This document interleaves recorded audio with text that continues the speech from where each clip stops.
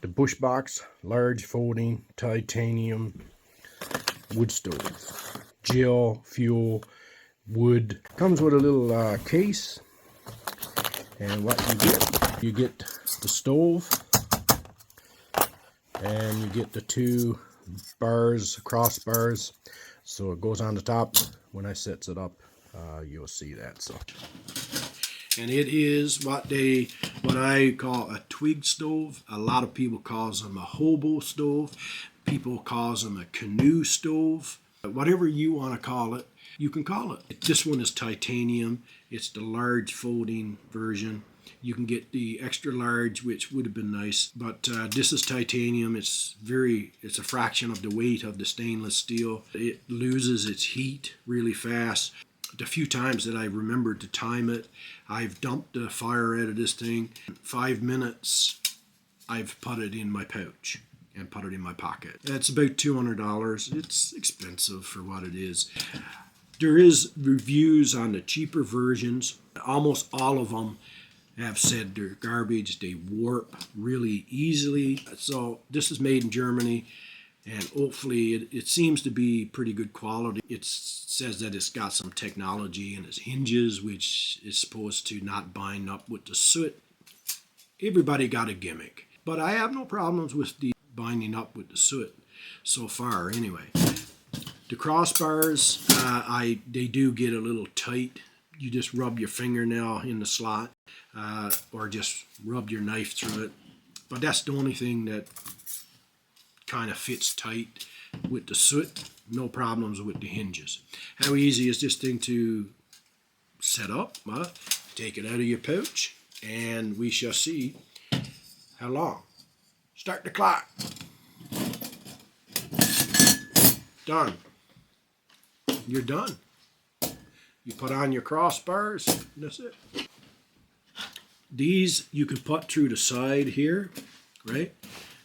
There's two here, and same on the other side. So you can put them through.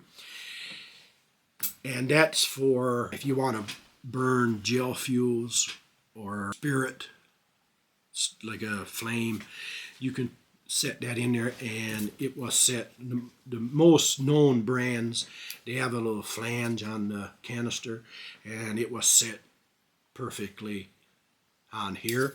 So if you got the real thin ones, one use or whatever, you can put it up here and make the flame closer to your whatever you're doing, your kettle or cooking, or you can have it farther on the bottom. So that's how easy it is.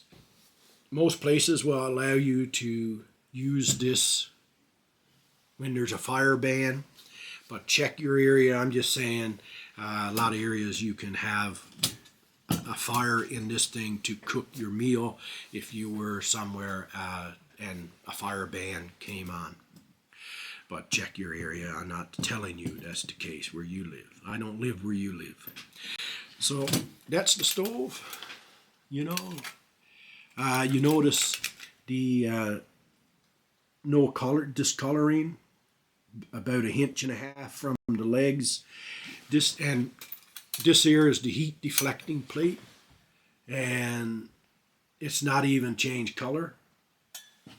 It does a really good job at keeping the heat away from the bottom. There is some accessories you can buy the bottom that the legs will fit in perfectly, and it will help keep the heat again from the bottom. You can get the grate that goes up here. What's the pros or what's the cons against a gas stove to this one? Well, to me, there's no cons to this. Yeah, you got to gather wood, but you get enough twigs, and cut. If you got a hacksaw or a knife, you can cut down a nice little pile, and to what you figure is you'll need to do whatever it is you're going to do. If you're cooking steak, make sure you got enough there. But once you get a fire lit in this thing, there's no cons to it. If you got a canister, you're taking propane with you, or any canister, gel fuel or whatever, and say you're going up on the river for a couple of days, you got to throw all that garbage back into your canoe, or however it is you're getting. I'm just talking about canoe. So, and you got to bring back that garbage. There's no garbage for this. You dump out your ashes, and that's it. You just bring it back, and there's no garbage.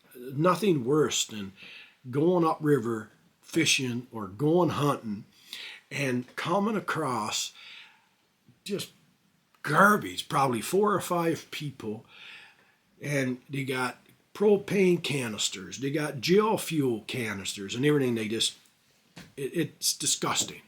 So you got to bring back your garbage for that. This you don't. That's the biggest thing.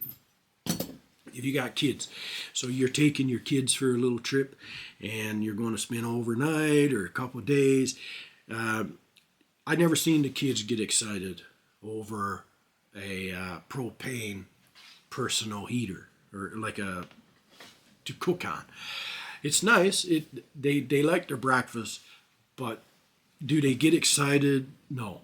This they like it. They like having a fire. They like roasting their wieners. They like doing their marshmallows, and they like gathering the wood and keeping this thing going. So while they get on each other's nerves. So that's another benefit. Let's go to the video and see how this thing performs with getting a nice cup of tea.